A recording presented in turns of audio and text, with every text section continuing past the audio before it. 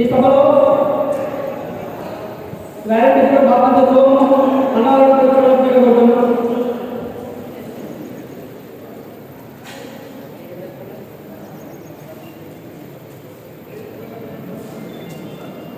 ఈ సభకి ముఖ్య అతిథిగా వచ్చినటువంటి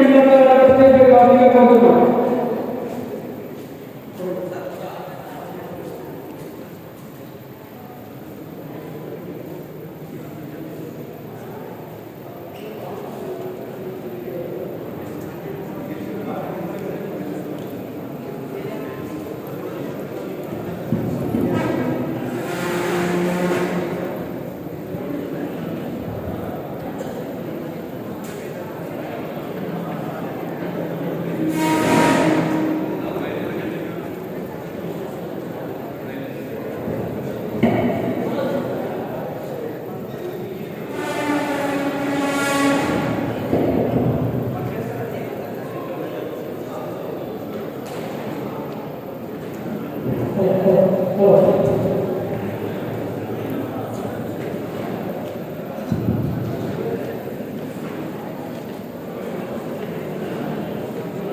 మిత్రులారా, ఈ కార్యక్రమాన్ని అభ్యర్థులు ప్రజలకు అదేవిధంగా విద్యార్థులకు కూడా స్వాగతించడం. ముందుగా మేము ప్రొవైడ్ చేయాలి. ఈ కార్యక్రమాన్ని ప్రజాసంఘాల ఐక్యవేదిక ద్వారా ప్రజాసంఘాల వేదిక ఏర్పాటు ఈ కార్యక్రమాన్ని నిర్వహిస్తున్నాం. ఈ కార్యక్రమం నుంచి 2 మాటలు చెప్పాలా?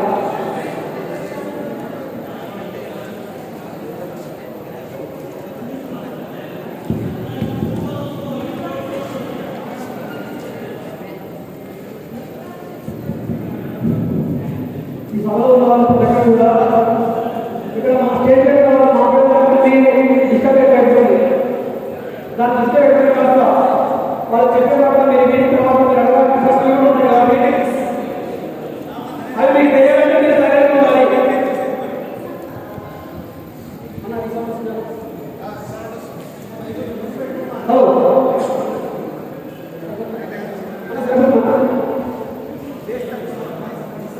హలో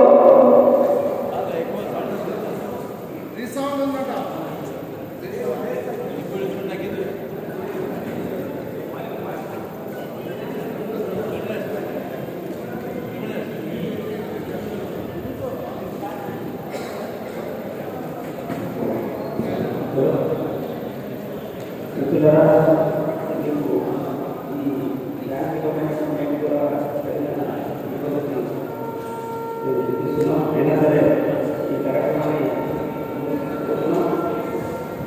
ముఖ్యంగా ఈ కార్యక్రమం చేస్తున్నట్టే ఎన్నికల సందర్భంగా ప్రజల ముందు ఓటు అడిగినటువంటి అభ్యర్థుల యొక్క అభిప్రాయాలు ప్రజల నుంచి సమస్యలను ఏ విధంగా స్పందిస్తారనేటువంటి ఒక అభ్యర్థనతో ఒక ప్రయోగాన్ని చేస్తున్నాం.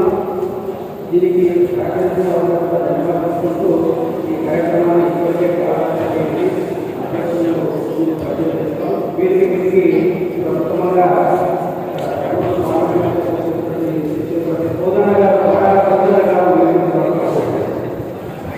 అదేవిధంగా మన ఆదోని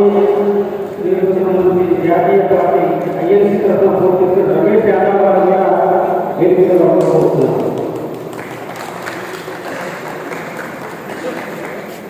తర్వాత రిజిస్టర్డ్ పార్టీ జేసీరావు పార్టీ ఈ అన్నదాన వేదికగా ఉండబోతున్నారు. అదేవిధంగా ఎనిమిది వచ్చినటువంటి యువ న్యాయవాది గుర్తుందప్ప వస్తే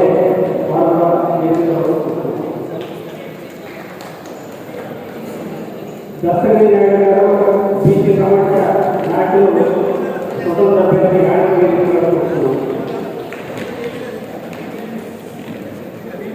అదేవిధంగా మన మధ్యలో ప్రసాదం నాగరాజు గారు ప్రసాదం నాగరాజు గారు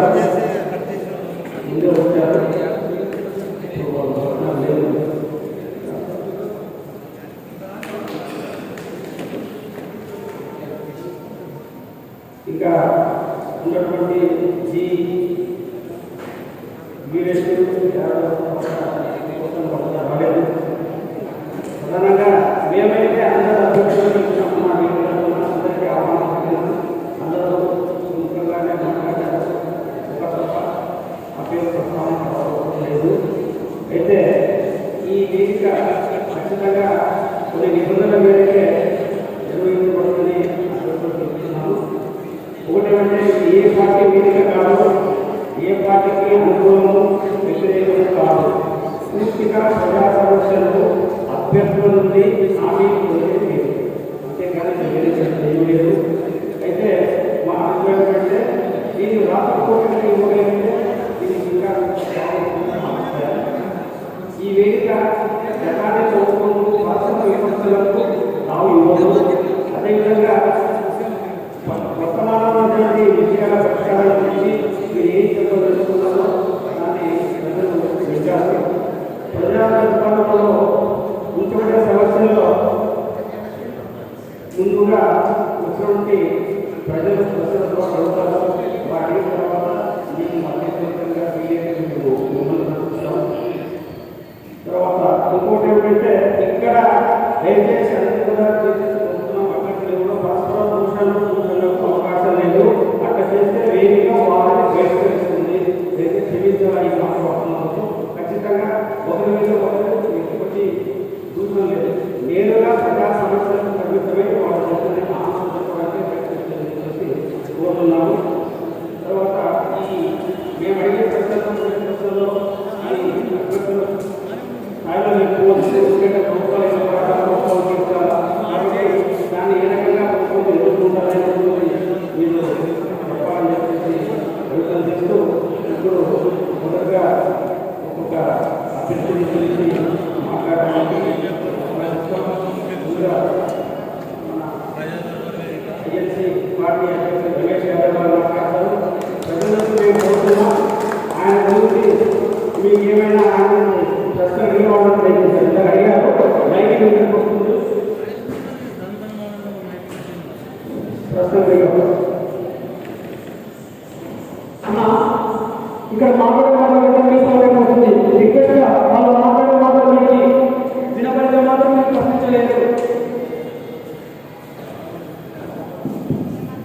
చదువుల్లో ప్రశ్నలు రమేష్ యాదవ్ అడిగేవాళ్ళంటే లేదంటే ఇందాక ఎవరు అడిగారు ప్రశ్న అడుగుతామని దయచేసి అడిగేవాళ్ళు తొందరగా ఉన్నారు.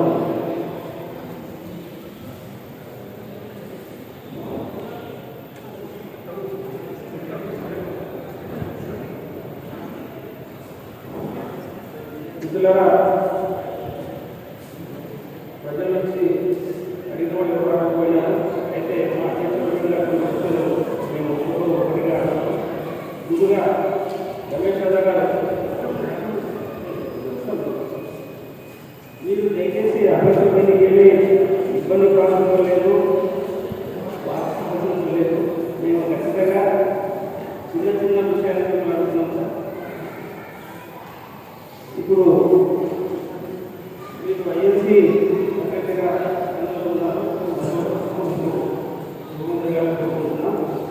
ఇప్పుడు మనకు సంబంధించి వేదవతి ప్రాజెక్ట్ అనేటువంటిది ఆర్టీఎస్ ప్రాజెక్ట్ అనేటువంటిది కూడా ఇప్పుడు కూడా పనిలో ఉన్నాయి. మీరు గెలిస్తే దీన్ని ఏ రకంగా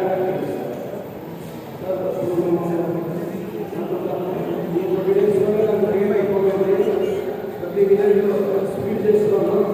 నాకు ప్రతి పండుగ చిన్నగా కనబడుతుంది. ఎందుకంటే అది పాలనలో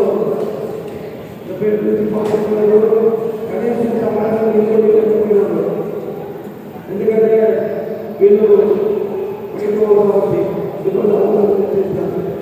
నేనేమంటే ఒక రైతు కుటుంబం చెందిన రైతు కాబట్టి ప్రతి వ్యక్తి అంటే పల్లెల్లో ఒక రైతు మామూలు ప్రజలు సమావేశంలో నీటి కోసం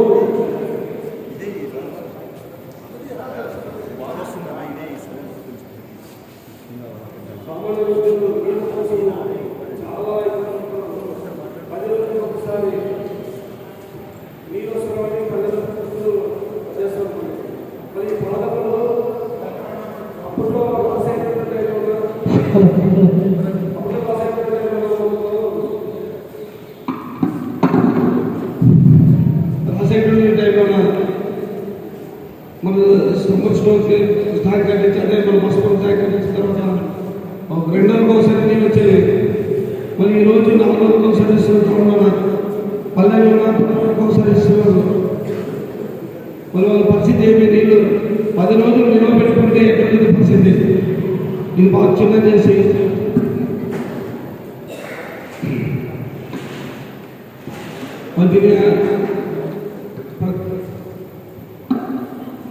ఒకసారి సబ్జెక్ట్ ఇస్తారు సార్. కంపల్సరీగా నేను ప్రజల ప్రతి ఒక్క విలేజ్ పైన ప్రతి వార్డు పైన బాగా ఆదరిస్తున్నాను. ఇక్కడ లోకల్ వ్యక్తివి నువ్వు ఏదైనా సమస్య తీర్చాలని చెప్పావు కాబట్టి నేను మొట్టమొదటి చేసేది గెలిచిన తర్వాత గుండ్రేళ్ళ ప్రాజెక్ట్ నుంచి వేదాద్రి ప్రాజెక్ట్ నుంచి మనకు సెంట్రల్ గవర్నమెంట్ కాంగ్రెస్ వస్తుంది కాబట్టి నేను కంపల్సరీగా సెంట్రల్ ఫండ్ తీసుకొచ్చి ప్రజలకు ఒక్కరోజు రోజు నీళ్ళు కంపల్సరీ చేస్తున్నాను. ఎందుకంటే ఎస్ఎస్ ట్యాంకులు ఇక్కడ ఒకే చెరువులు ఉన్నాయి, చిన్న చిన్న చెరువులు. మన జనాభా లెక్క చూసుకోవాలా, మనం ఎన్ని అంటే ఎంతవరకు మనం వాటర్ నిల్వ పెట్టుకొని చూసుకోవాలా. ఇంత జనాభాకి ఎంత స్టోర్ పెట్టాలా అంటే ఇప్పుడు మనకు ఉండేది మన ఆదాయం 2,60,60,000 మంది దాకున్నాం. ఇంతమందికి నీళ్ళు మనకు సమకూర్చాలంటే సరైన వర్షాలు లేవు, సరైన ప్రాబ్లం లేదు. ఎందుకంటే నీళ్ళన్నీ వర్షం పడిన తర్వాత మనం కాలకుంటాయి. అవన్నీ మనము ముందే నీళ్ళని భద్రంగా పెట్టుకొని ఒక్క చిక్కుకోకుండా మిస్గైడ్ కాలేకుండా చూసుకోవాల్సిన బాధ్యత ఒక పాలకులకు ఉంటుంది. ఈ ఊరికి ఎక్కడైనా వ్యక్తికి ఉంటుంది. మరి అది ఆలోచించాలి ప్రజలుగా. మరి ఈరోజు చెప్తున్నాను, నాకు సమస్య మొట్టమొదటిది నేను ఆదోని గెలిచిన తర్వాత నా పర్సనల్గా నాకు కేర్గా తీసుకొని ఈ ఊరు సొంత బిడ్డగా నేను ఆలోచించి కంపల్సరిగా ప్రతి ఇంటికి సాగునీరు తాగునీరు అందించే విధంగా కృషి పడతాను. మేధావులు సలహా తీసుకొని ఆ విధంగా ముందుకు పోతానని ఈ సందర్భంగా తెలియజేస్తున్నాను. చెప్పమ్మా.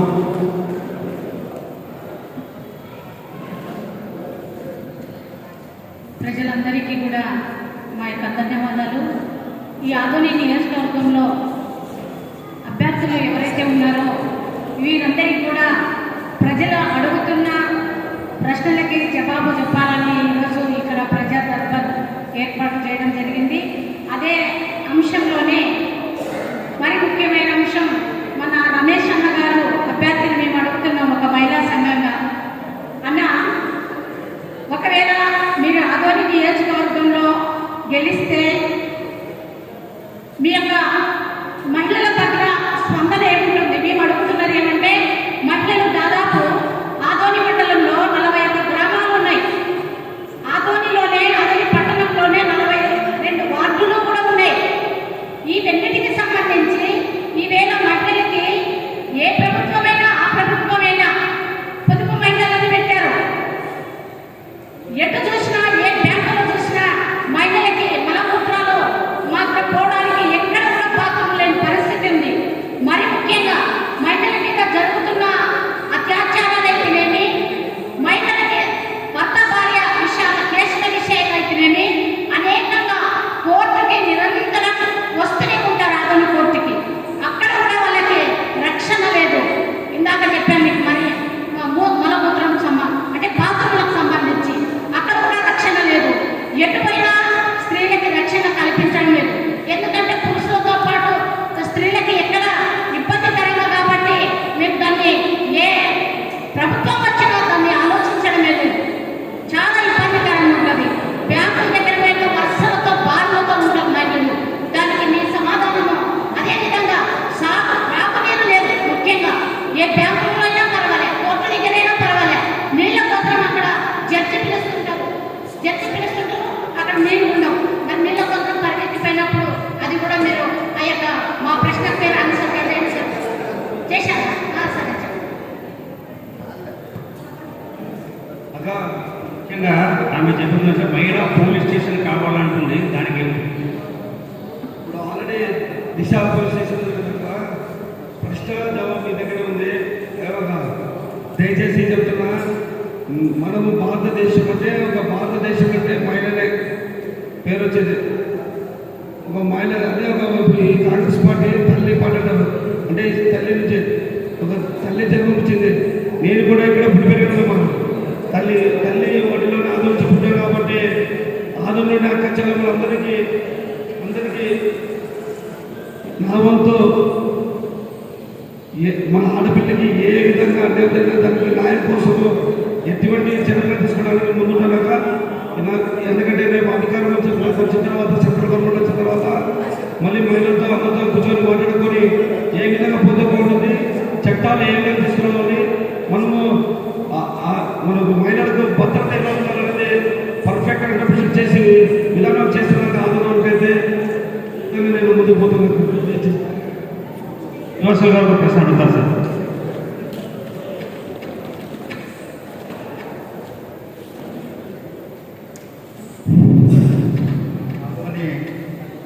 నియోజకవర్గంలో ఆదోని పట్టణంలో విద్యా వైద్యానికి సంబంధించి కేంద్రం అమలు చేస్తున్నటువంటి నూతన విద్యా విధానం వల్ల ఈరోజు ఉపాధ్యాయులు తగినంత మంది లేరు. అదేవిధంగా గ్రామీణ ప్రాంతంలో వలసపోతున్నటువంటి పరిస్థితి, అది విద్యారంగానికి సంబంధించి. అలాగే మన ఆదోని పట్టణంలో ప్రైవేటు విద్యా సంస్థలు పెరిగిపోయాయి. అదేవిధంగా వైద్య వంద పడకల ఆసుపత్రి అమలులో లేకపోవడం వల్ల ఈరోజు 10 ఏళ్ల క్రితంకి ఇప్పటికీ ఆదోనిలో నర్సింగ్ హోమ్లు ఎక్కువై ప్రైవేటు వైద్యశాలలే ఉన్నాయి. మరి దానికి మీ పరిష్కారం? ముందుగా టీచర్ విషయం తీసుకోకపోతే ఎడిటెడ్ స్కూల్ అన్నీ ఈ వైసీపీ ప్రభుత్వం వచ్చాక అంతే ఎత్తేసింది. టీచర్ల భవిష్యత్తు చాలా దారుణ పరిస్థితులు విధంగా అయింది. మరి రాబోయే తరానికి యువతులు ఎక్కువ చదువుకుంటున్నారు, నిరుద్యోగులకు మళ్ళీ పాత సిస్టమే వస్తే బాగుంటుందని ఆలోచన. ఎందుకంటే జనాభా పెరుగుతుంది, తర్వాత గవర్నమెంట్ స్కూల్ తగ్గుతున్నాయి, ప్రైవేట్ స్కూల్ పెరుగుతున్నాయి. మొత్తానికి మన ప్రజల మీద భారం ఎక్కువ పడుతుంది. అది కూడా నేను తెలిసిన తర్వాత ఆదోనికి ఎక్కువ శాతము విద్యారంగంలోన ఎలా ముందు తీసుకుపోవాలని మేధావులకి తీసుకుపోతా, ఈ విధంగా ముందుకు తీసుకుపోతా. తర్వాత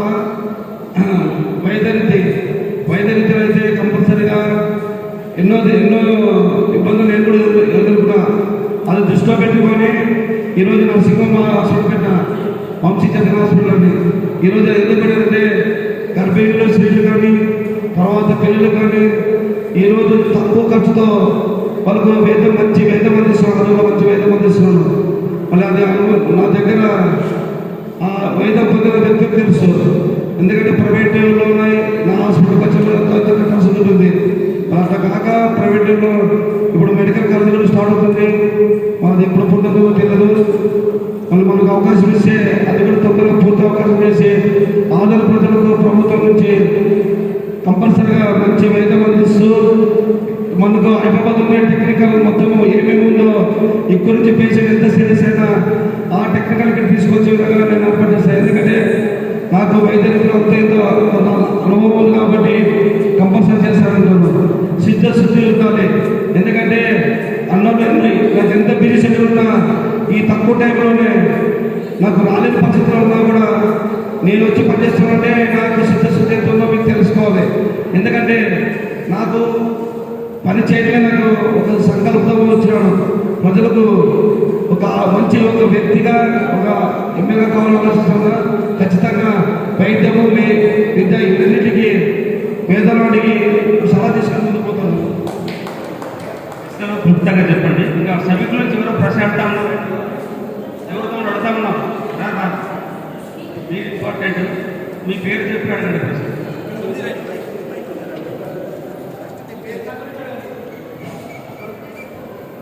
ముందుగా పెద్దలందరికీ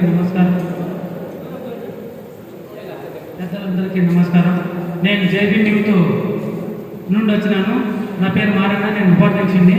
ఇప్పుడు సార్ అన్నారు ముఖాముఖి ప్రజాదర్బార్ ముఖాముఖి అన్నారు. నేను ఏమైనా ముందుగానే చెప్తున్నాను, నేను ఏమైనా తప్పుగా మాట్లాడుకుంటే క్షమించండి సార్. ఇప్పుడు మీరు అన్నారు కదా, మీరు అన్నారు ఇందాక ప్రజల కోసమే మేము ప్రజల పని చేసేకి వచ్చామని. 2004 నుండి చూస్తున్నాను. ప్రతి ఒక్క ఎమ్మెల్యే అయితేనేమి, ప్రతి ఒక్క ఎవరైతే నేను ఎమ్మెల్యేగా పోటీ చేసే ప్రతి ఒక్కరూ మేము ప్రజల కోసమే ఉన్నాము, ప్రజలు సాయం చేస్తాం, ప్రజలకి ఎటువంటి ఇబ్బంది లేదు, ఎటువంటి ఇబ్బంది లేకుండా చేస్తామన్నారు.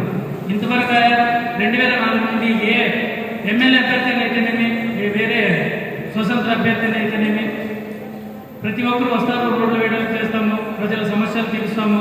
బాత్రూమ్లు అయితేనేమి, వాళ్ళ ఇళ్ల స్థలాలు అయితేనేమి, మరొకటి అయితే ఏమన్నారు.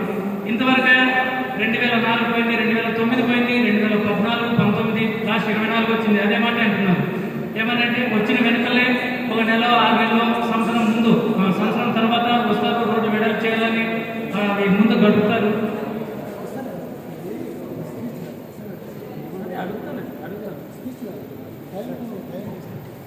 ఇప్పుడు ఒకవేళ మీరు ఈరోజు ఎమ్మెల్యే అభ్యర్థిగా నిలబడినారు, రేపు పొద్దున గెలిచినారంటే మీరేం చేయగలరు ప్రజల కోసం? నా ప్రశ్న ఇది సార్. ప్రతి ఒక్కరు ఇదే అంటున్నారు, నేను ఇది చేస్తాను, నేను అది చేస్తాను. ఇదో చేసిన వాళ్ళు ఎవరు లేరు. మిమ్మల్ని ఒకటే స్మూటింగ్ ప్రశ్న సార్, మీరు గెలిచిన తర్వాత ప్రజలకు ఏం చేస్తారు? మంచి ప్రశ్నలు. దయచేసి మీరు గతాన్ని ఎమ్మెల్యేల గురించి అడగలేదు సార్. ఇప్పుడు అభ్యర్థులు పోటీలో ఉన్నారు, మీ సమస్య నేను అడగండి. అంతేగాని గతంలో ఆ ఎమ్మెల్యే చేయలేదు, ఈ గ్రూపులు చేయలేదు, క్షమించండి. మంచి ప్రశ్న అడిగారు కానీ 2000 కాదు, ఈ స్వాతంత్రం గురించి ఏ వ్యక్తులు కూడా అందరూ చెప్తారు. కానీ ఏ పంచాయతీ మాత్రం నాకు తెలుసు. నేను వచ్చింది కింద స్థాయి నుంచి వచ్చినాను కాబట్టి చెప్తా. గతంలో నేను ఒక కౌన్సిలర్ కాదు, లేకపోయినా కరోనా టైంలో చాలా మంది సాయం చేశాను. అంటే నాకు సొంత ఖర్చుతో అది అటువంటిది ఇవన్నీ చేసే కాబట్టి ఒకే ఒక నిర్వచనం. ఇంకా సాయం చేసేవాడు, పని చేసేవాడు ఎప్పుడు భయపడడు. ప్రజలకు అయితే కంపల్సరిగా 3 సంవత్సరాలు ఇక్కడ నేను గమనించింది. మొట్టమొదటిసారిగా నీరు తాగిన సంవత్సరం ప్రతి పిల్లలు ఉన్నారు. టౌన్లో పట్టణంలో కూడా ఉంది, చాలా ఇబ్బంది పడుతున్నారు. అది సమస్య తెచ్చేదానికి నేను గెలిచిన తర్వాత పని కంపల్సరిగా చేస్తున్నాను. ఎందుకంటే ఈ ఊరు ఒక బిడ్డగా నేను పుట్టిన రుణం తెచ్చుకునే విధంగా అవకాశం అవుతున్నాను. ఇదొకటి. రెండవది, మనకు రోడ్డు విషయంలో చాలా అండర్గ్రౌండ్ డ్రైనేజ్ అవసరము. అండర్గ్రౌండ్ డ్రైనేజ్ ఉంటేనే మనకు మొత్తం రోడ్స్ కానీ అన్ని కానీ డ్యామేజ్ కరెక్ట్గా ఉంటాయి. అది కూడా చూస్తాం మనం.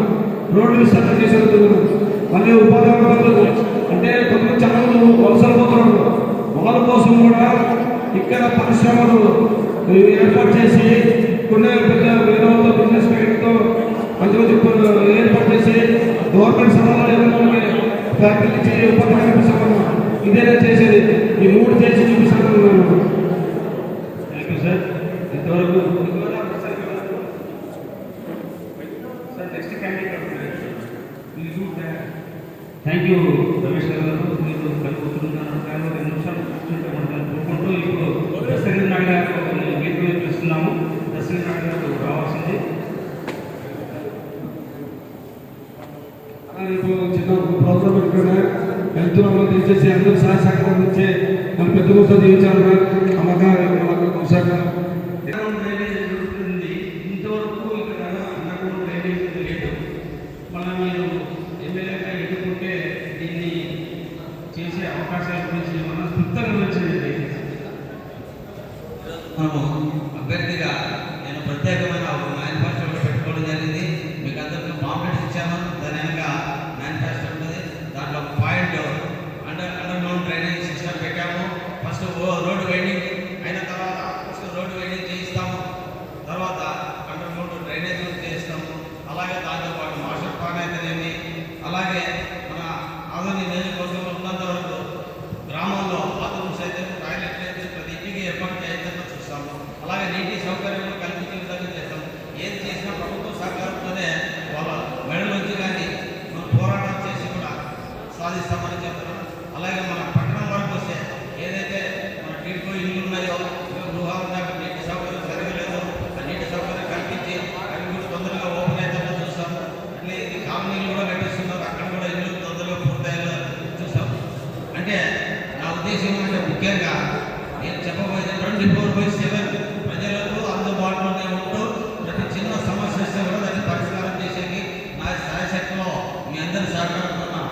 చేస్తానని హామీ ఇస్తున్నాను. ఓకే సార్, ఇప్పుడు parliament thank you sir, thank you Dasagiri గారు. ఇప్పుడు కోదండ గారు దయచేసి కూర్చున్నాము.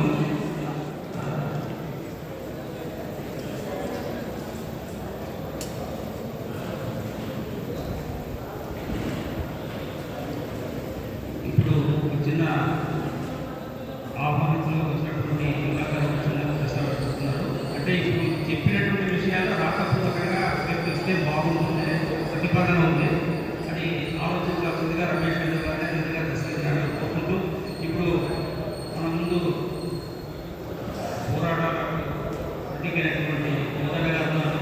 ఆయన ఎంపీగా ఇవ్వడం వ్యక్తిగతంగా మంచి పరిణామాన్ని కోరుకుంటూ నేను పార్లమెంటు పరిధిలో ఉన్నటువంటి సమస్యల్ని ఏ రకంగా తీరుస్తారని చెప్పేసి మాట్లాడుతున్నాను. కోదండ గారు ఇప్పుడు 2017లోనే మనకు వృత్తి నుంచి మాడిని జాతీయ రహదారి అనేటువంటిది ఆమోదించబడింది. ఇంతవరకు దానికి ఇంతకు సంజీవ్ కుమార్ గారు ఉన్నప్పుడు కూడా ఎప్పుడు ఇవ్వబడలేదు. దీన్ని మీరు ఎంపీగా ఏ రకంగా ప్రశ్నిస్తారు? ముందుగా ఆదోని ప్రజా దర్బార్కు స్వాగతం. ముఖ్యంగా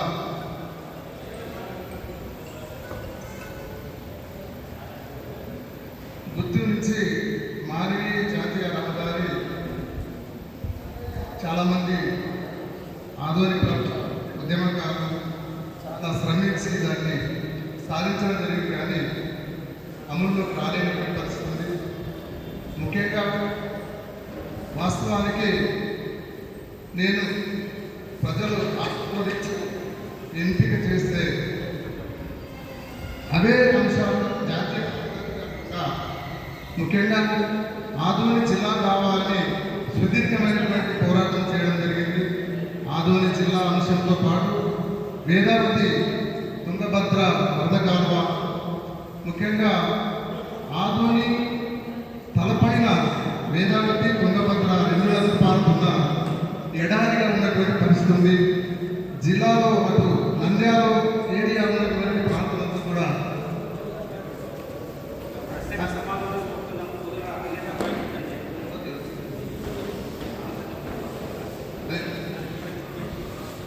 వృత్తి సంబంధించిన కంపల్సరీ అదే కాకుండా ప్రజా విషయాలను కూడా మనం సాధించే ప్రయత్నం చేద్దామని చెప్పి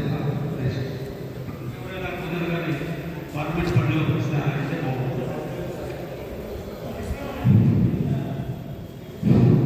ఈరోజు అంతర్రాష్ట్ర నదీ వివాదాలు కొనసాగుతూ ఉన్నాయి. ప్రధానంగా మన రాష్ట్రానికి కృష్ణా నది జలాలే ఈ ప్రాంతం సస్యశ్యామలం కావడానికి కీలకమైనవి. మరి హక్కులుగా కోస్తా ప్రాంతానికి స్థిరీకరించబడ్డాయి. సగం జలాలు కోస్తా ప్రాంతానికి వెళుతూ ఉన్నాయి. దానికి ప్రతిగా మరి పోలవరం నుంచి కోస్తా ప్రాంతం వాటా తీసుకోగలిగితే పునః పంపిణీ కృష్ణా నదీ జలాల పునః పంపిణీ జరిగితే కనుక రాయలసీమకి కనీసం ఒక పంటకైనా నీళ్లు దొరికి రాయలసీమ ప్రాంతం సస్యశ్యామలమయ్యేటటువంటి అవకాశం ఉందని మేధావులు చెప్పారు. మరి ఆ దిశగా మీరు పార్టీ అభ్యర్థిగా మీరు దానికి ఏం సమాధానం ఇస్తారు? ముఖ్యంగా ఏవైతే జల సాధనకు సంబంధించినటువంటి అంశాలు నిజంగా అడిగారు, ఆ అంశాలను ప్రత్యేకించి గెలిచినా ఓడినా ఈ ప్రాంతానికి నీటి వనరుల కోసం పోరాటంలో భాగస్వామ్యం ఉంటానని చెప్పి తెలియజేస్తున్నారు.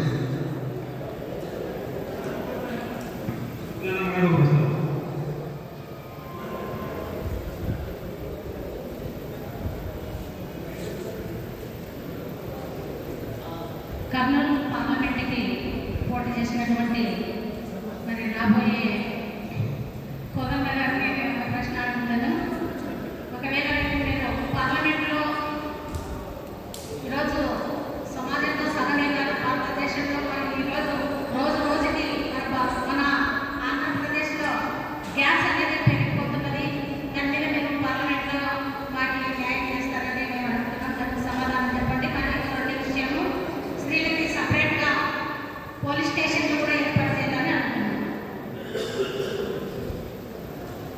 నా యొక్క మేనిఫెస్టోలో స్పష్టంగా కొందరికి ఇవ్వడం జరిగింది. చాలా అంశాలు చెప్పాను. స్త్రీలైతేనేమి లేదా ఎన్నికైతే ప్రతి నెల ఒక ప్రజా దర్బారు పెట్టి ప్రజల సమస్యలని పార్లమెంట్కి తీసుకుపోతామని తెలియజేస్తాను. వెంకటేశ్వర గారు, ఇప్పుడు మన మాటకు అనుకుంటూ కొట్టే ఈ ముందు వచ్చి వారి యొక్క సభ్యులు రక్షించిన వాళ్ళు దయచేసి ప్రెస్ మిత్రులు కొంచెం అందరూ కూడా ఉన్నారు, అందరూ కూడా లోపలండి కొత్త అభ్యర్థించాడు. ఎవరన్నా సభ్యుల్లో గురుకుందు గారిని ప్రశ్న అడిగేవాళ్ళు ఉంటే అడగండి. సార్ మీరు అడుగుతారు ప్రశ్న.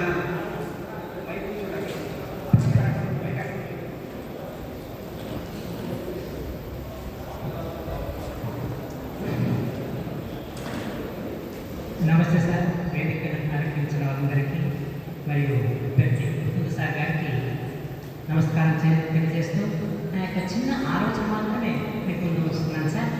ఒకటి, అమ్మ ఒడి అనే కార్యక్రమం ఉంది. ఆ అమ్మ ఒడి ద్వారా బాగానే కనిపిస్తుంది. నా ఆలోచనలోనే నిరుద్యోగ సమస్య పెరిగిపోతూ ఉంది.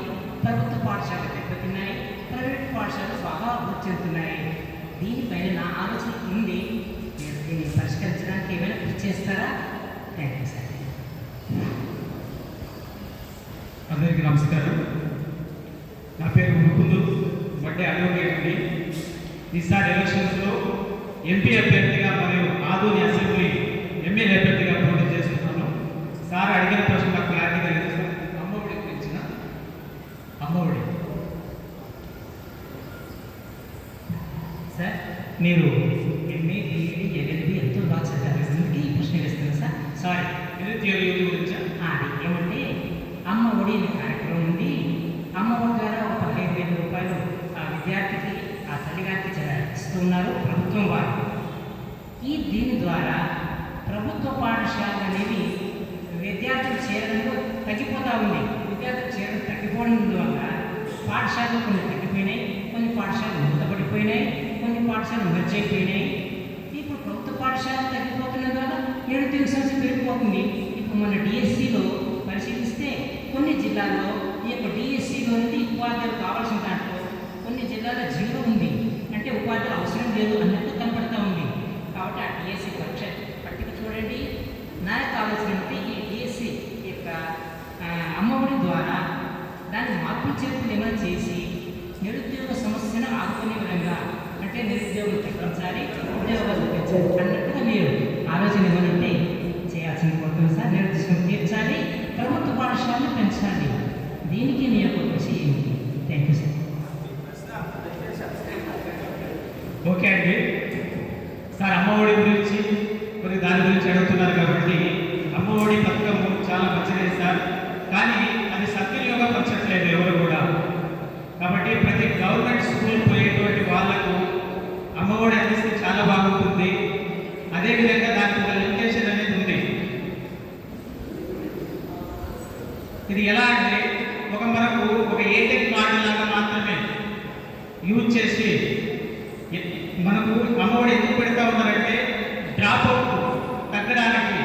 కానీ ఇప్పుడున్నటువంటి కాలంలో చాలామంది పేదరికంలో ఉన్నటువంటి వాళ్ళు ఎవరు కూడా దాన్ని సద్వినియోగం చేసుకోవట్లేదని నా ఉద్దేశము. కానీ దాన్ని సక్రమంగా ఉపయోగించుకోవడానికి మనమంతగా మనం ఏం చేయాలంటే ప్రతి ఒక్కరు కూడా పంపాలి స్కూల్స్కు. కానీ మనం ఆ అమ్మఒడి ద్వారా మాత్రమే పంపుతున్నాము. కానీ అక్కడ పంపిన తర్వాత కూడా అక్కడ క్వాలిటీ ఎడ్యుకేషన్ అనేది లేకపోతా ఉంది. ఒకప్పుడు ఏం చేసేవాళ్ళంటే ఉచితంగా ఇచ్చేవాళ్ళు విద్య, కానీ ఉచితంతో పాటు క్వాలిటీ కూడా లేకపోతా ఉంది. కాబట్టి నిజమైనటువంటి విద్యను అందించాలంటే క్వాలిటీతో కూడుకున్నటువంటి విద్యను అందిస్తే భవిష్యత్తులో వాళ్ళు ఏ ఉద్యోగం లేకపోయినా కూడా తెలివిగా బతికేటువంటి ఆస్కారం ఉంటుంది. కాబట్టి ఇప్పుడు మేమంతా కూడా గవర్నమెంట్ స్కూల్ చదివిన వాళ్ళమే. మా చదవంతా కూడా పీజీ చదివితే కూడా ₹1,00,000 కాదు. కానీ నేటి కాలంలో కార్పొరేట్ వ్యవస్థను పెంచి పోషిస్తున్నటువంటి అన్ని గవర్నమెంట్లు, అది సెంట్రల్ గవర్నమెంట్ కావచ్చు, స్టేట్ గవర్నమెంట్ కావచ్చు, ఒకసారి ఆలోచన చేయాలి. ప్రతి ఒక్కరు కూడా గవర్నమెంట్ ఎంప్లాయీస్ కానీ ఏ కోటీశ్వరుడైనా కానీ గవర్నమెంట్ స్కూళ్ళకు పంపించాలి. వాళ్ళు ఎప్పుడైతే అన్ని రకాలుగా ఉపాధ్యాయులు, తర్వాత కలెక్టర్ స్థాయి నుంచి కింద స్థాయి నుంచి పై ఒక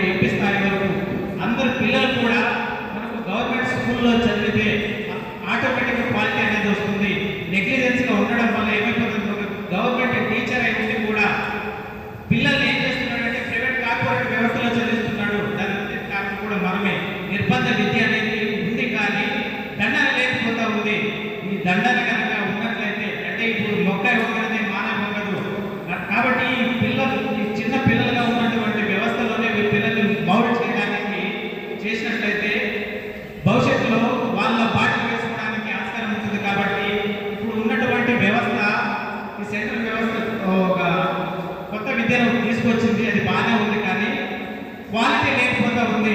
కాబట్టి ఈ క్వాలిటీని తీసుకొస్తే బాగుంటుంది. అదేవిధంగా నిరుద్యోగ సమస్య ఎక్కువగా ఉంటుంది. ప్రాంతాల్లో ప్రతి సంవత్సరం కూడా లక్షల మంది గ్రాడ్యుయేట్స్ పోతూనే ఉన్నారు. కానీ వాళ్ళు చదువు కంప్లీట్ అయినా కూడా నిరుద్యోగ వృత్తి కోసం వెయిట్ చేస్తూ ఉన్నారు. ఇది తప్పుదారి పడతా ఉంది. కాబట్టి యువత చెడిపోవడానికి ముఖ్య కారణం వాళ్ళ ఉపాధి లేకపోవడం వల్లే. ఈ ఉపాధి కనుక మనం క్రియేట్ చేసినట్లయితే వాళ్ళు స్వతహాగా బతుకుతారు. కాబట్టి అది ప్రైవేట్ కార్పొరేట్ కావచ్చు, గవర్నమెంట్ ఎంప్లాయీస్ ప్రతి సంవత్సరం కూడా డిఎస్సి కనుక ప్రతి సంవత్సరం కూడా మనం ఇంప్లిమెంట్ చేసినట్లయితే, రిక్రూట్మెంట్ చేసినట్లయితే యువత నిరుద్యోగులు లేకుండా వృత్తి పైన ఆధారపడకుండా ఉండడానికి ఆస్కారం ఉంటుందని. కాబట్టి నేను కనుక ఒకవేళ ఎంపీ కానీ ఎమ్మెల్యే కానీ గెలిచినట్లయితే ముఖ్యంగా ఆదోని మరియు జిల్లాలో నిరుద్యోగ సమస్యను తీర్చడానికి నా వంతుగా నేను కృషి చేస్తాను. చెప్తానే చెప్పండి. ఇప్పుడు శేషావళి గారు ప్రశ్న.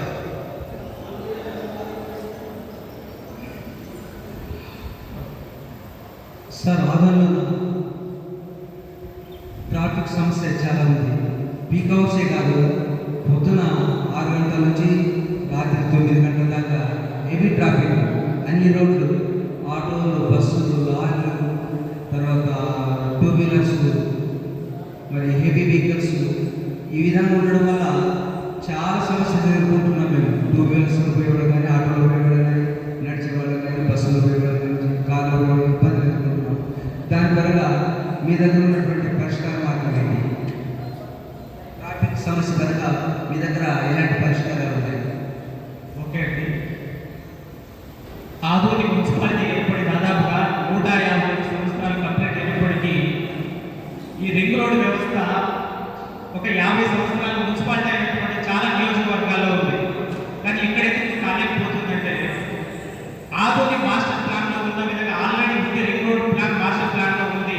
కానీ దాన్ని ఇంప్లిమెంటేషన్ చేయడానికి ఎవరు కూడా ముందుకు రావట్లేదు. కాబట్టి నేను కనుక ఎమ్మెల్యేగా గెలిచినట్లయినా, ఒకవేళ ఎంపీగా గెలిచినట్లయితే నేను మొట్టమొదటిసారిగా అసెంబ్లీలో కానీ పార్లమెంట్లో కానీ లేవనెత్తే సమస్య ఆదోని రింగ్ రోడ్ సమస్య. కాబట్టి దానికి ఒక ప్లాన్ ఉంది, మాస్టర్ ప్లాన్ ఉంది. ఆ ప్లాన్కు ఎవరు వ్యతిరేకంగా లేకపోయినట్లయితే వితిన్ 2 ఇయర్స్లో ఆదోని రింగ్ రోడ్ సమస్యను తీర్చవచ్చు, ట్రాఫిక్ సమస్యను కూడా పరిష్కరించవచ్చు. నెక్స్ట్ వ్యక్తి సారీ ఏఈబీలో భారత పార్టీ అభ్యర్థి కె రంగన్ గారు ముందుకు వస్తున్నారు. ఎవరైనా సభ్యుల్లో ప్రస్తుతంగా ఉంటే మీరు అయినాక సార్తో మాట్లాడుతున్న ప్రశ్న విద్యార్థులు ప్రశ్న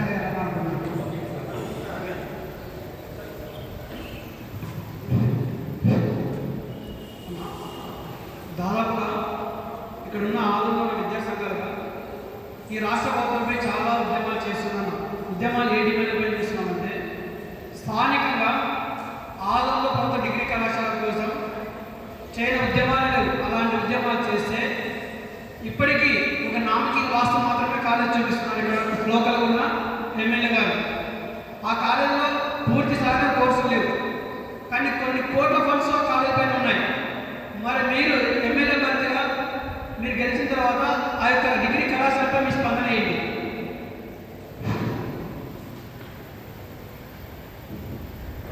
ఇప్పటి వరకు ఎయిడెడ్ కాలేజ్ కానీ ఆర్ట్స్ కాలేజ్, నేను కూడా ఆర్ట్స్ కాలేజ్లో చదువుతున్నాను. నేను చదువుకునేటప్పుడు అది గవర్నమెంట్ కాలేజ్ అని ఫీల్ అయ్యేవాడు. కానీ దురదృష్టవశాత్తు నేను ఈ మధ్య వింటున్నది ఏంటంటే దానికి ఉన్న ఆస్తులు కూడా అమ్మేస్తున్నారు చాలామంది.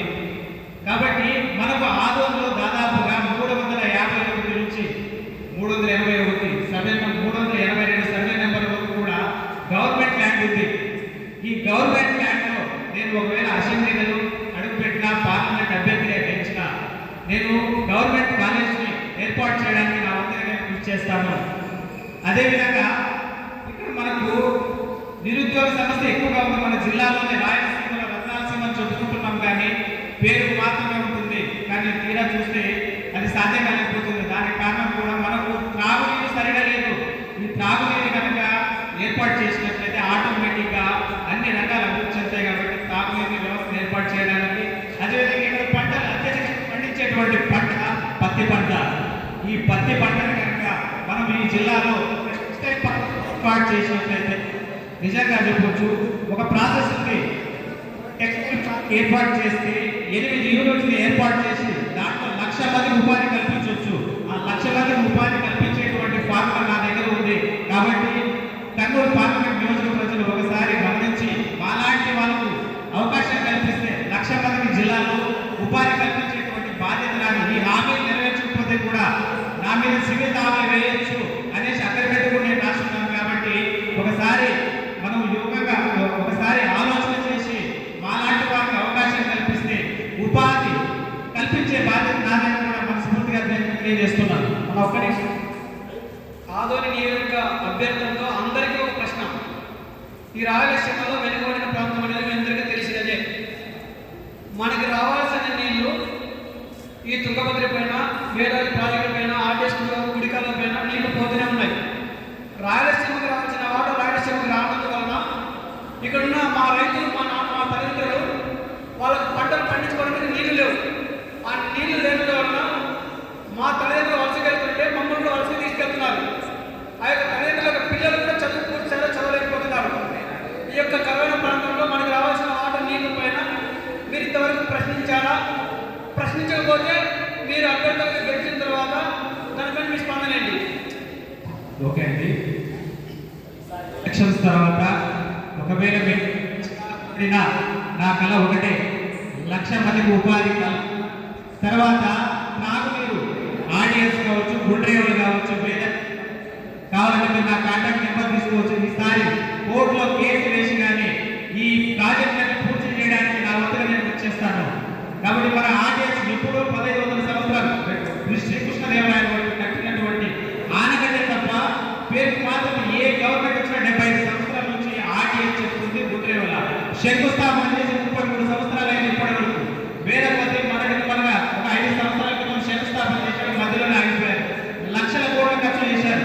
కానీ ఎవరు వృధా అవుతుంది ప్రజాధనం. కాబట్టి ఈ ప్రజాధనాన్ని వృధా కాకుండా చూసే బాధ్యత వచ్చే ఈ 5 సంవత్సరాలలోపు వీటన్నిటిపైన ప్రాజెక్టు పూర్తి చేయడానికి ఒకవేళ గెలిచినా ఓడినా కోర్టులో కేసు వేసి మరి నా వద్ద నేను ప్రయత్నం చేస్తానని కూడా సభాముఖంగా తెలియజేస్తున్నాను. Thank you sir. ఇప్పుడు మన మధ్యలో జేపీ పట్టే అభ్యర్థి రంగన గారు ఉన్నారు. రంగన గారిని నేను అధ్యక్షుల తరఫున శ్రీనివాసులు గారు అడిగిన ప్రశ్న కాకుండా వేరే ప్రశ్న. మహాత్మా గాంధీ గ్రామీణ జాతీయ ఉపాధి హామీ పథకం యూపీఏ గవర్నమెంట్లో వచ్చింది. ఆ పథకం వల్ల గ్రామీణ ప్రాంత ప్రజలకి వలస వెళ్లకుండా నివారించేటటువంటి పథకం అది. ఈరోజు ఆ పథకాన్ని నీరు గార్చారు ఇప్పుడున్నటువంటి కేంద్ర ప్రభుత్వం. మరి దానికి మీరు పరిష్కారం ఏం చూస్తారు?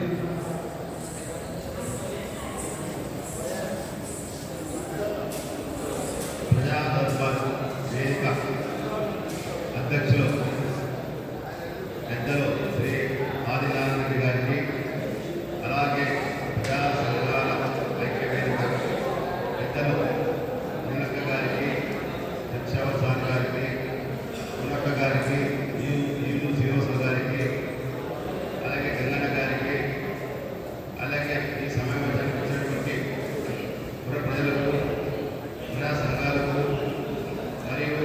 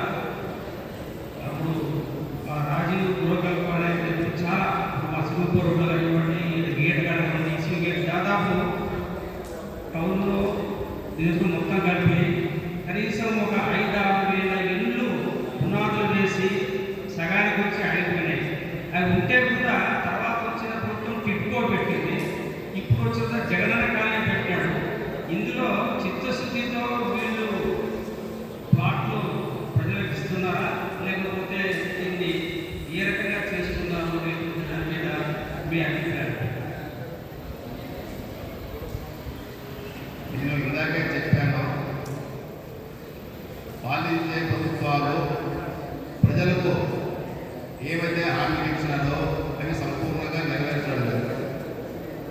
ఎందుకంటే ఈ యొక్క రాజకీయం అనేది చాలా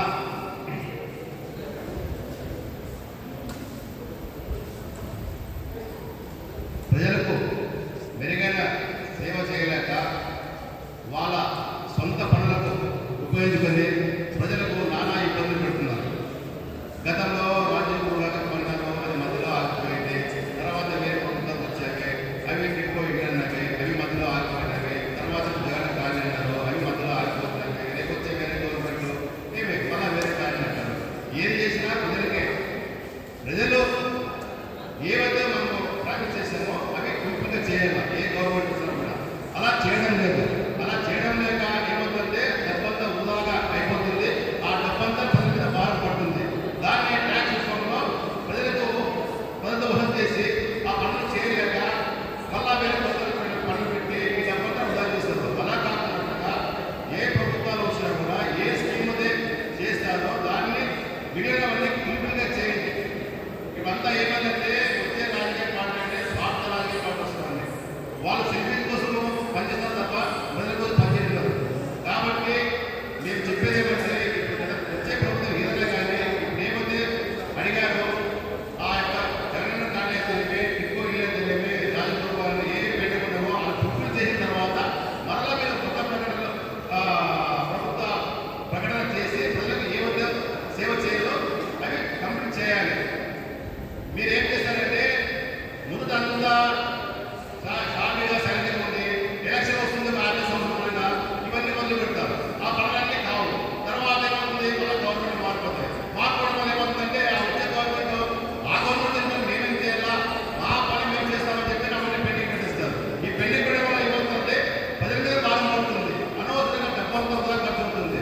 అలా చేయకూడదు. ఏ ప్రభుత్వం వచ్చినా ఏ నాయకులు వచ్చినా కూడా పనిని ఏమైతే మనం చేసి పెళ్లిలో అవన్నీ పూర్తిగా చేయాలి. మేము వచ్చిన వెంటనే ఆ పని మనం చేస్తాం. సార్ మీరు ప్రజాదరణ వరకు మంచి మాట చెప్పినారు. కానీ ఉన్నటువంటి స్థలాలు ఉన్నాయి కదా, రాజీవ్ కాలేజ్ కానివ్వండి, మీకు జగన్ కాలేజ్, ఇందులో పట్టాలు పొందిన వాళ్ళే మళ్ళీ తిరిగి పట్టాలు పొందుతున్నారా లేకపోతే కొత్త వాళ్ళకి ఇస్తున్నారా? ఇప్పుడు ఏమైపోయిందంటే గత 40 సంవత్సరాల నుంచి ప్రభుత్వాల్లో మార్పు వస్తున్నారు. అసలు ప్రజలు ఎంతమంది బీదవాళ్ళు ఉన్నారో వాళ్ళకి ఎంతమందికి పట్టాలు ఇవ్వాలా అనేది పోయింది. నా గవర్నమెంట్ వచ్చింది, నేను 30 లక్షల పట్టాలు ఇస్తాను, మీరు ఇస్తాను. ఇంకో గవర్నమెంట్ వస్తుంది, 20 లక్షలు ఇస్తాను పట్టాలు. అసలు జనాభా ఎంత ఉంది, మన ఆదాయ జనాభా ఎంత ఉంది, దాంట్లో ఎంతమందికి ఇల్లు ఉన్నవి, దాంట్లో ఎంతమందికి ఇల్లు లేవు, అది గుర్తించలేదు. రావడమే నేను ఇల్లు కట్టిస్తాను, నేను ఇల్లు పట్టాలు ఇస్తాను. దానివల్ల ఉపయోగం లేదు. రాజకీయ నాయకులకు ఉపయోగం ఉంటుంది కానీ ప్రజలకు ఉపయోగం లేదు. మేమేమంటే మేము చెప్తామంటే ప్రజావేదిక మీద మేమంటే ముందుగా ఎవరైతే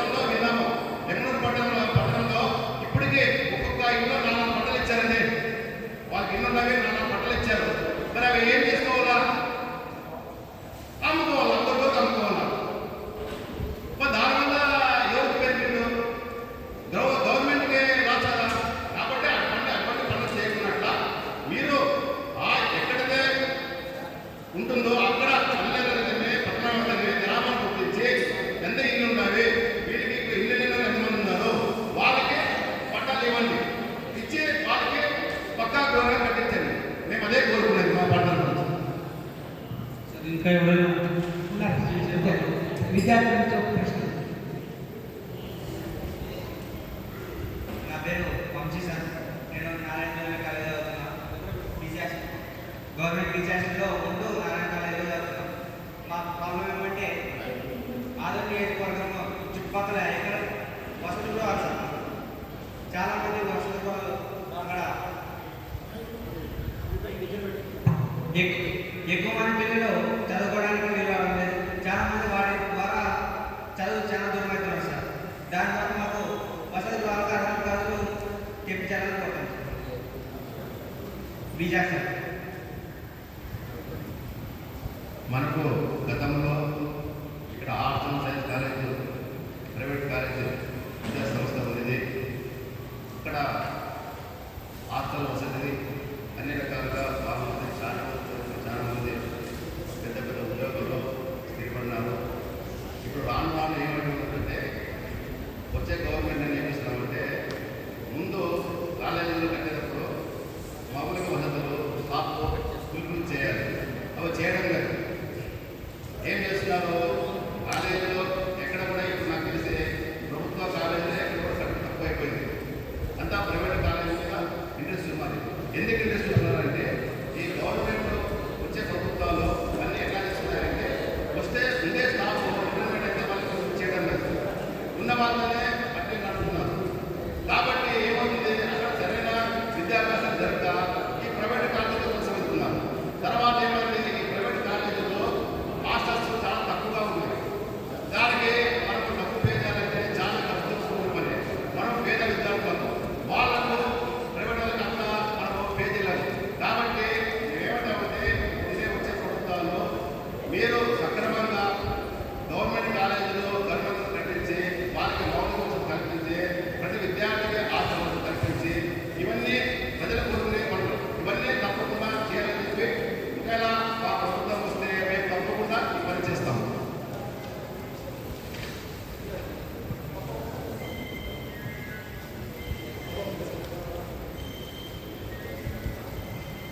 హలో సార్, నమస్తే. ఇక్కడ ఆదాయ కన్నడ స్కూల్ లేవు. కన్నడ స్కూల్ ఓపెన్ చేయాలని కోరుకుంటున్నాను. కన్నడ మా ఇంట్లో తెలియవాడే ఉంటారు. కన్నడ స్కూల్ లేవు. దానికి ఇబ్బంది పడుతున్నాం మేము.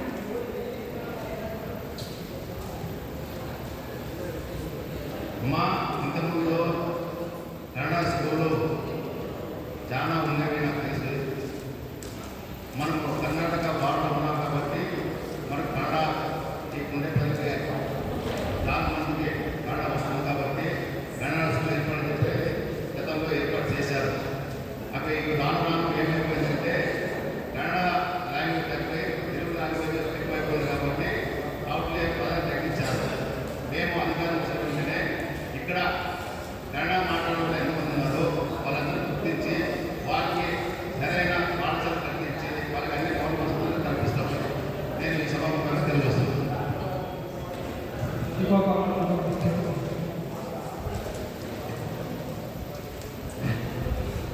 సార్ నమస్తే. నా పేరు గదీర్. మాది కడప జిల్లా. అరుణోదయ సాంస్కృతిక సమాఖ్యలో ప్రజా కళాకారులుగా ఉంటున్నాము. రాయలసీమ ప్రాంతంలో కడప, కర్నూలు, చిత్తూరు, అనంతపురం ప్రధానంగా మనకు రావాల్సిన నీటి వాటా కృష్ణా జలాలు నెంబర్ 1. నెంబర్ 2 శ్రీవారు ఒప్పంద మడవడిక. నెంబర్ 3 కడప ఉప్పు ఫ్యాక్టరీ. బద్వేల్ ప్రాంతంలో సెంచరీ ప్లానెట్ అని కొత్తగా ఒక కర్మాగారాన్ని స్థాపించారు. అక్కడ స్థానికులకు ఉద్యోగాలు ఇస్తామని చెప్పి దాదాపు 1500 ఎకరాలు ప్రభుత్వం స్వాధీనం చేస్తుంది. అక్కడ ప్రభుత్వం స్థానికులకు ఉద్యోగాలు ఇస్తామని, యువతకు ఉపాధి కల్పిస్తానని ఎక్కడో రాజస్థాన్ సంఘాల నుంచి కూలీలు నిలుచుకొని అక్కడ ఉపాధి కల్పిస్తున్నారు. మీరు శాసనసభ్యుడిగా, పార్లమెంట్ అభ్యర్థిగా మన ప్రభుత్వంలో వస్తే వీటన్నిటిపైన మీ స్పందన ఏంటి? ఒకవేళ మీరు రాకపోయినా మేము చేస్తున్నటువంటి ప్రజా సంఘాల ఐక్య వేదిక ఆధ్వర్యంలో జరుగుతున్నటువంటి ఈ పోరాటంలో మీరు పాత్ర వహిస్తారా లేదా అని డౌట్ సార్. దీనికి సమాధానం చెప్పాల్సిందిగా మీకు విజ్ఞప్తి చేస్తుంది. వారు మంచి ప్రశ్న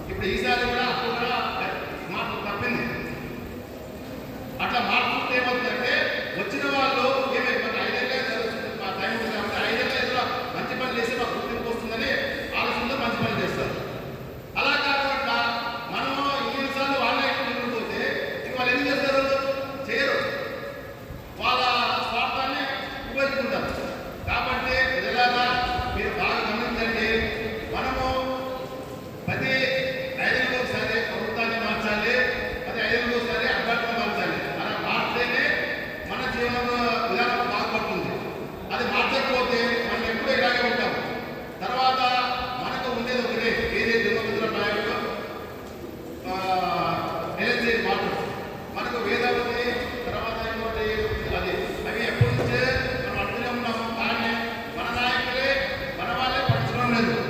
మనం అడుగుతున్నాము, ఎక్కడ ఉన్నామంటే ఎలక్షన్ వస్తాము, తర్వాత దాన్ని మళ్ళీ పట్టించడం లేదు. ప్రజల్లో చైతన్యం వచ్చి ఏమే మాకు పని కావాలా చేస్తావా లేదని చెప్పి తెలిసినట్టు ఆ నాయకుడు భయపడతాడు, మనం పని చేస్తాడు. అది లేనందుకు కారణం ఏంటంటే ఇట్లే ఉంటుంది. కాబట్టి సోదరులారా, నెక్స్ట్ వచ్చే ప్రభుత్వాలైనా మీరు ఆయనకి ఇచ్చే 5 ఏళ్ళలో వెంటబడి మనం పనులు చేయించుకోవాలా. కాబట్టి మనము వాళ్ళని నిద్రపోలేకుండా మనం నిద్రపోకూడదు. మాకు ఈ పని కావాలా, ఈ పని కష్టం చేయాలా అని వెంటబడాలా. ప్రజా సంఘాల మీద పబ్లిక్ అయితే ఆ పనులు చేయడం లేదు. చేయనంత కాలము ఆ పనులు మనకు కావు. కాబట్టి నేనేంటంటే మా ప్రభుత్వం వచ్చిన వెంటనే మా అధ్యక్షులతో మాట్లాడి మన రాష్ట్రానికి ఏమైతే అవసరమో అవన్నీ ఆయన విషయం తీసుకెళ్ళి నేను తప్పకుండా పరిష్కరించడానికి నేను చదువు తీసుకుంటాను. తర్వాత నేను ఎమ్మెల్యే గెలిచినా గెలిచిపోయినా కూడా మా అధ్యక్షుల దృష్టికి మన ఆంధ్ర సమస్యలను తీసుకెళ్ళి ఆయన ద్వారా పూర్తిగా పరిష్కారం చేయడానికి వచ్చే ప్రభుత్వాలపై ఒత్తిడి తెచ్చి పనులు చేయడానికి నేను సహకరిస్తాను.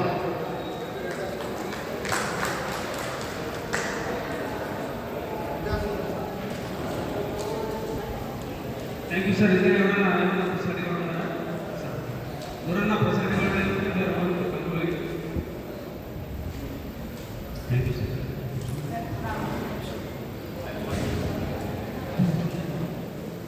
నా పేరు కళ్యాణ్ కుమార్. ఆధునిక మండల ప్రాంతంలో మీరేమైనా పరిశ్రమలు తీసుకురావాలి, మీ స్పందన ఏంటి దీనిపై? దానిపైన మీ స్పందన ఏంటి? ఆదోని మండలము మనకు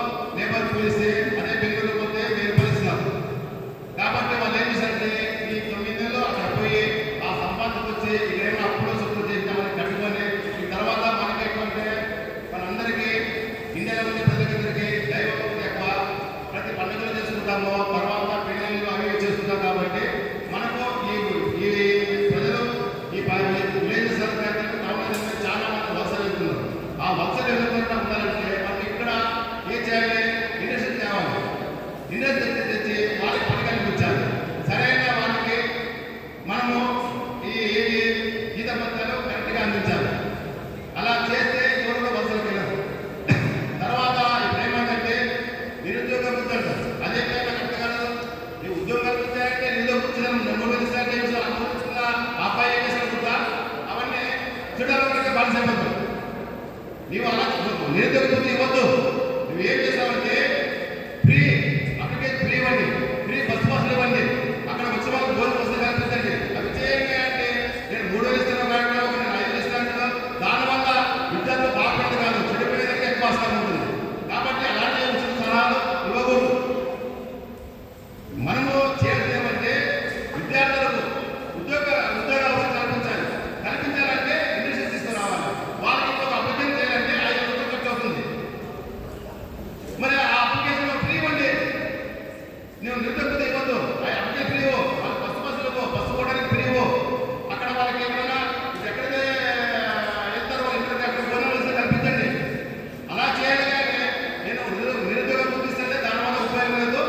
ఏమి యువకులంతా చదువుకోవడానికి ఎక్కువ అవకాశం ఉంటుంది. కాబట్టి మేము అధికారం వచ్చామంటే ఇటువంటి ఫ్రీ చేసి మేము నిరుద్యోగులకి ఖచ్చితంగా ఉద్యోగాలకు అవకాశం కల్పిస్తాము, ఇండస్ట్రీని తెప్పిస్తాము, వాళ్ళకి ధన వసతులు కల్పిస్తాము. మేము నిరుద్యోగులు అనే పదం లేకుండా చేస్తాము.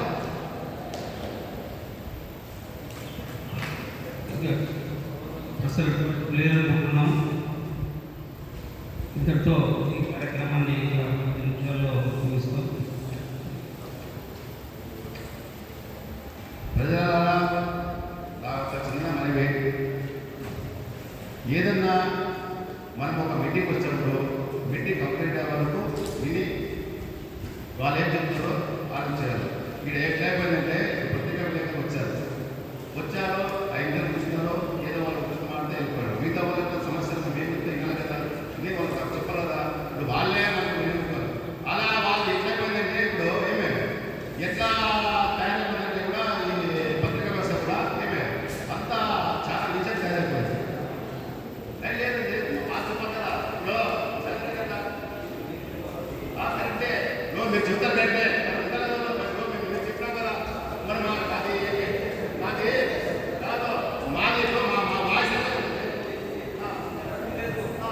వాళ్ళు దానికి సమాధానం ఏం చెప్తాం కానీ చెప్పేసి అభ్యర్థిగా ప్లీజ్ బాధలు మాట్లాడుతున్నాయి. సరే ఇక్కడ వీధిగా ప్రశ్నకు ఆన్సర్కే మీ వ్యక్తిగత అభిప్రాయాలు చెప్పడానికి అవకాశం లేదంటే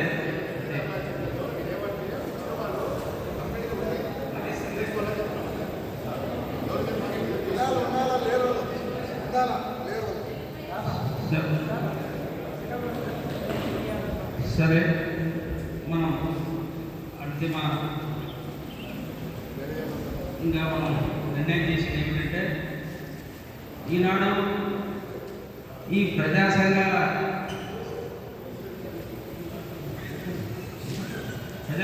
ఐక్యత ఏదైతే ఆదోని నియోజకవర్గంతో ముఖాముఖి అనేటువంటి ప్రజా దర్బారు వేదిక తరఫున చేపట్టడం జరిగిందో అది మా వరకైతే విజయవంతమైందని చెప్పేసి నేను భావిస్తున్నాను. ఏపీ చూస్తే దయచేసి కరతాళాల ద్వారా చెప్పడం.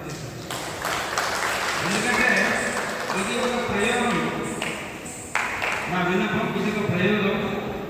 ఈ ప్రయోగం యొక్క ఉద్దేశం ఏమిటంటే ఎన్నికలు ఈరోజు మన డాక్టర్ డి సృజన కలెక్టర్ గారు ఒక ఇన్విటేషన్ పెట్టారు. చాలా వినూత్నమైన పద్ధతి ఉంది.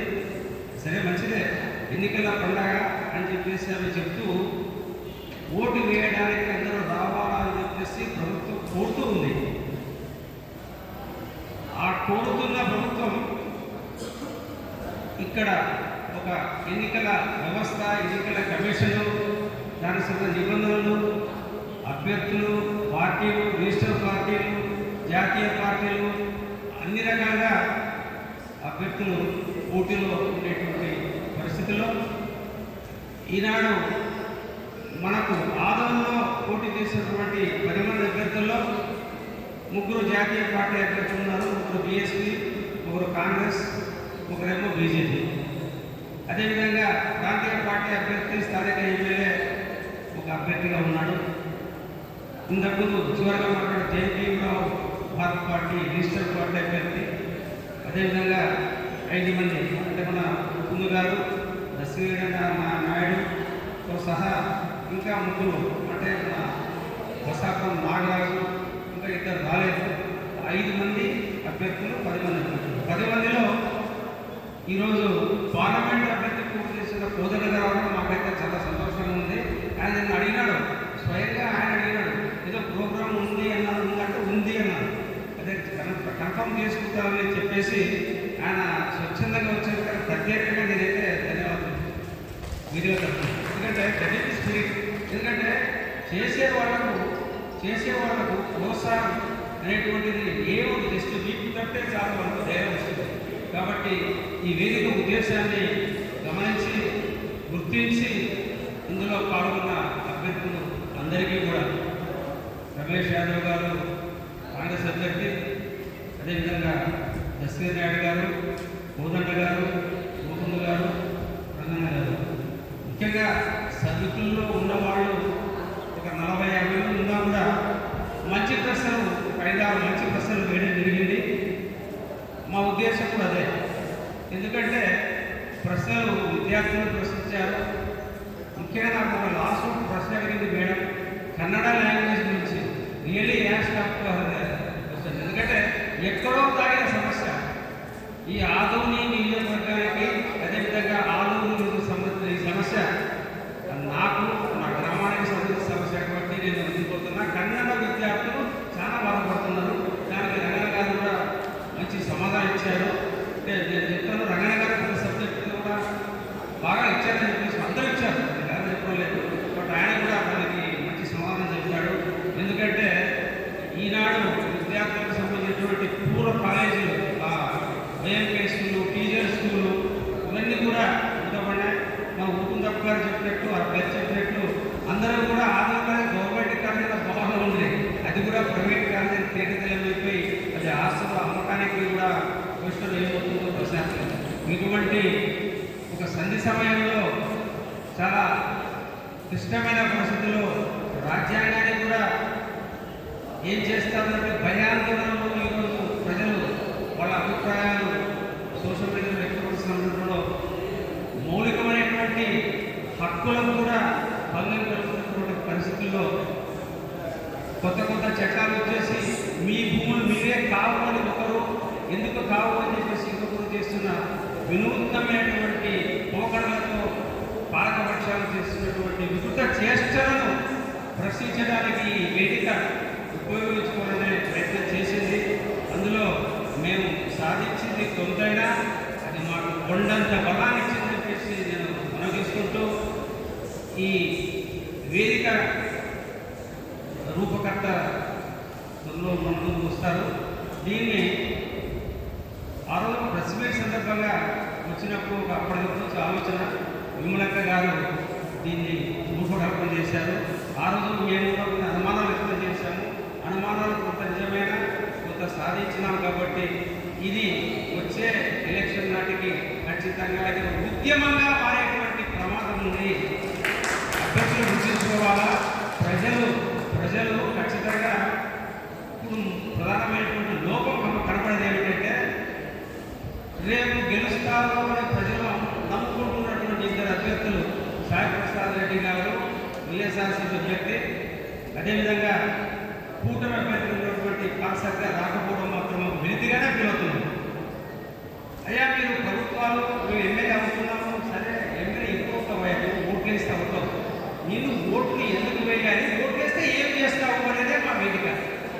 మీ బాధలు ఏంటంటే ఇక్కడ వచ్చిన వాళ్ళు మా వాటిని ఓట్లు వేయరు, లేకపోతే డబ్బులు పంచలేము అనేటువంటి భావన ఉన్నట్టుంది. కాబట్టి వీళ్ళకి సమయం చాలా ఉంటాయి సార్. ఆత్మీయ సమ్మేళనాలకు పోయి రోజు చూస్తున్నాం. రోజు ఆత్మీయ సమ్మేళనంలో ఒక అభ్యర్థి గంటలు ఉంటున్నాడు. వాళ్ళ ఈ వేదిక ప్రజావేదిక రావడానికి కూడా, వాళ్ళు రాకపోవడానికి కూడా ప్రజలు గుర్తించాలి.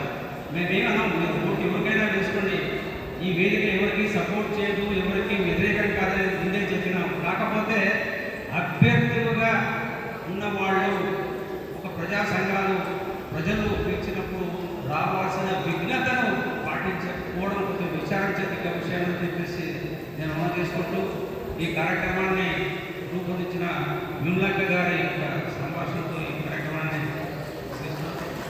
అంతకుముందు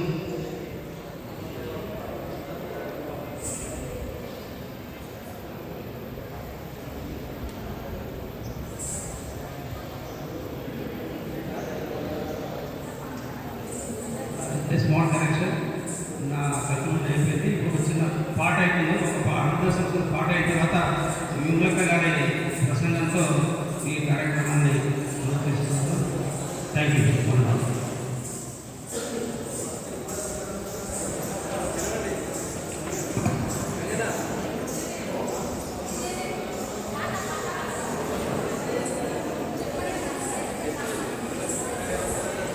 మిత్రులారా ఇంకా ఒక 10 నిమిషాల కార్యక్రమం అయిపోతుంది. ముందుగా పాట భోజనాలు ఏర్పాటు చేశాము. దయచేసి మీరు ఎక్కడ కూర్చుంటే పాట మన అన్నదాయ కళాకారులు తెలంగాణ ఉద్యమంలో చాలా విశేషమైన ఉద్యమంలో చాలా పాత్ర పోషించారు. తెలంగాణ ఉద్యమంలో రావడానికి కళాకారులు కూడా ముఖ్య పాత్ర పోషించారు. ఈరోజు